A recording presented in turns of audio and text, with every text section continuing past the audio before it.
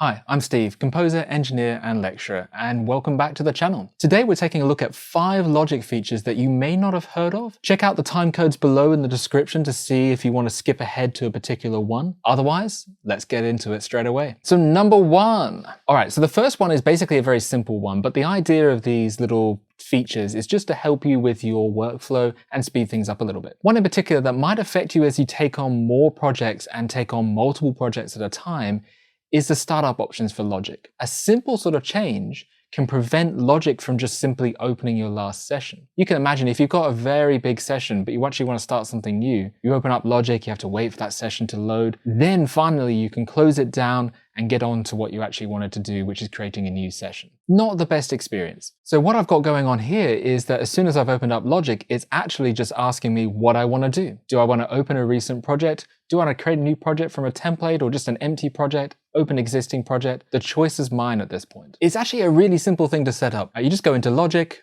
Preferences, General, and then the very first option is Startup Action. Most of the time it will be set to open most recent project, but as I said, that can be very annoying if you've got large projects that you opened last. So simply setting it to Ask, it's going to be able to give you the option to choose what you want to do and prevent yourself some loading time. All right, let's move on to number 2. Number 2 is changing the grid. You may have noticed at some point this little /16. This indicator actually does do something. It is the subdivisions of your grid. You may have come across it before because it also controls the subdivisions of your metronome.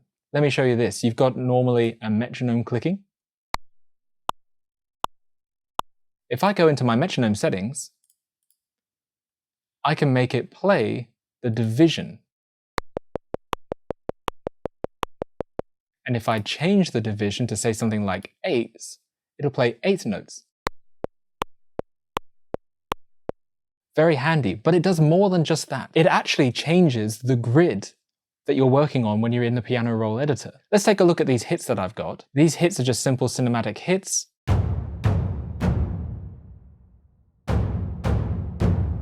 Lovely action strikes from Native Instruments there. This is a pretty typical sort of sound, and often, particularly in cinematic music, you'll have triplets, that bum, bum, bum sort of motion in the middle. If I wanted to put triplets in this, you can see right now with the subdivision changed to 8s, they're 8th notes.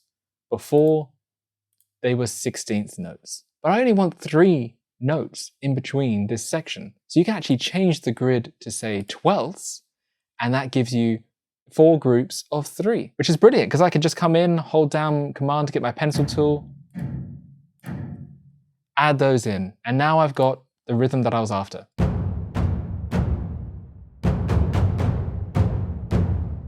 Really simple, really powerful. All right, let's take a look at number 3. Number 3 is also to do with MIDI. Now, number 3 will probably answer the question that you either haven't found the right words to ask yet, or you're not too sure what to even type into Google. Let me show you a string passage that I've got at the moment.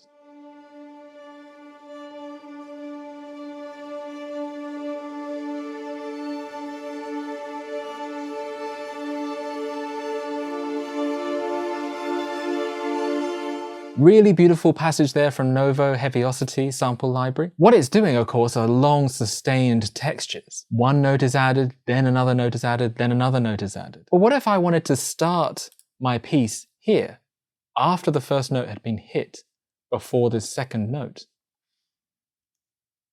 Nothing plays. Only when the second one comes in does it actually play. And that is because we've started our playhead after the note began, which means that we can no longer hear that note. We'd have to move that playhead to before that note even started.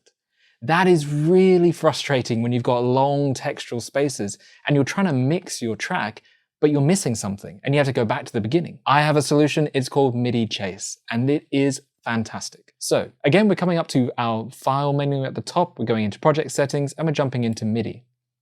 In this window, we're jumping across to the chase settings and we're just turning on note chases. Leave the sustains ticked, leave the intranspose not ticked. Now, when I start that playhead from the same spot, we're going to hear something.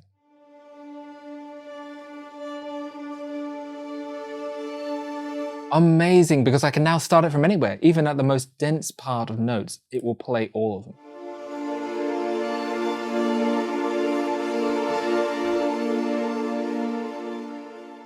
Really beautiful, really powerful feature. Now, one thing to bear in mind with MIDI chase is that it's going to do it to every MIDI track, and some MIDI tracks aren't going to benefit from MIDI chase. Imagine percussive tracks, for example. Let's say you have a 4-beat note for a crash cymbal. If you start that halfway through, the crash is going to start halfway through the note, and you're going to hear that crash at the wrong time. There is a solution for this. All I would do is jump across to the track editor and I would select no transpose. And this simply means that it won't stuff around with MIDI chase trying to catch up on note hits that have already passed.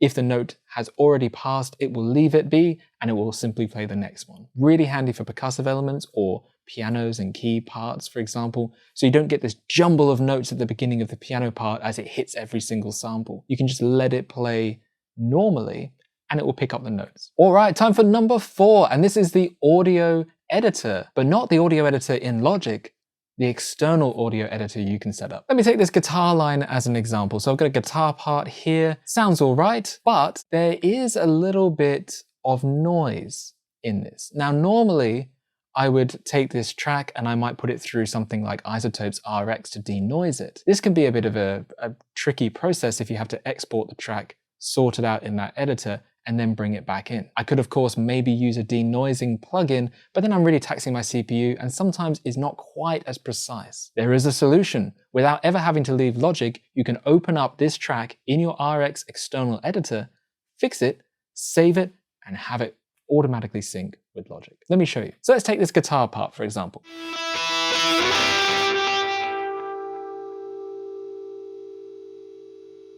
You can hear critically at the end there is some hum or buzz and noise generated from the fact that there are multiple guitar pedals on. It's a bit of a dirty room power situation. Whatever it might be, this often happens with guitars and many other instruments. First of all, you need to set up your external audio editor. The way that you can do that is through Logic Pro Preferences, Audio, and come across to File Editor. The external sampler editor you can then choose from your applications. So mine, an example, is Isotopes RX9 Audio Editor. So I've chosen that, it's now set. This is different from your audio editor at the bottom, your track editor or file editor. This is going to now open up inside RX. The way that we can do this is either with Shift W or through the edit menu down to open in, and your name of application will be down there. So basically I can come in here and do anything I'd like to, such as removing my noise, and then simply save it. And when I close and go back to my editor, you will see it has updated. Much clearer, much nicer. No faffing about with exporting tracks, saving new versions, keeping naming conventions. It has automatically done it. When I've saved it, it's moved it back in. The best thing about this as well is that this is editing and saving the file that you've recorded in Logic or imported into Logic. That means if you've dragged in another file into Logic, that file is untouched. That's your pre-noise removal or pre-whatever you've done to it file. And the file inside Logic is the one that's edited. So even though this editing process is destructive, you've still got your original copy if you need to. All right, number 5, the final one, is multi-timbral setup. So this is a really exciting feature for composers that use orchestral sample libraries and maybe switch between a lot of different articulations. That's one great use for multi-timbral setups. You might have violins 1, but you have legato violin passages. You have pizzicato or spiccato passages. You need to change between these. However, if you load up multiple libraries, you are going to be taxing your CPU. And once you've loaded up your full orchestra with multiple libraries per instrument with every articulation, this is going to get very taxing on your computer. There's a way that we can strip down some of that pressure on your CPU by using multi-timbral instruments.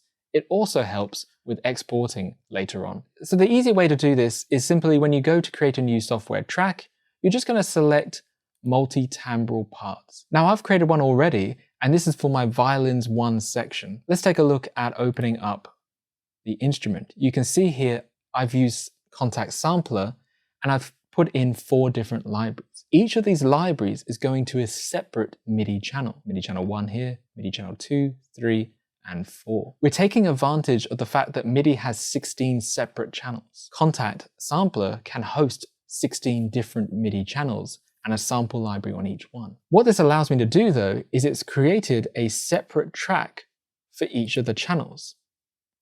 And when I select one, I'm going to be playing the library associated with that channel. For example, the first one, legato. Lovely and beautiful, but as soon as I come down to spiccato,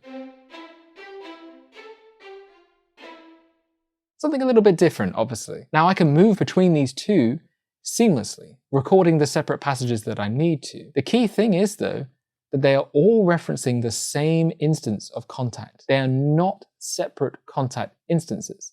That saves on CPU. It also means that if I open up my mixer, you can see only one channel. All 4 of these tracks feed into the one channel. That makes it super easy. Because later on, if you want to export, you just select that channel, export the track, and you've got all 4 sounds mixed together into a single track. Much easier to deal with. You might be exporting, say, to a mix engineer or even to your own mix session if you want to, something I often do. Another great benefit of this is that you still haven't lost control over your CC. For example, if I come here to violins legato and I swell in and out with my mod wheel,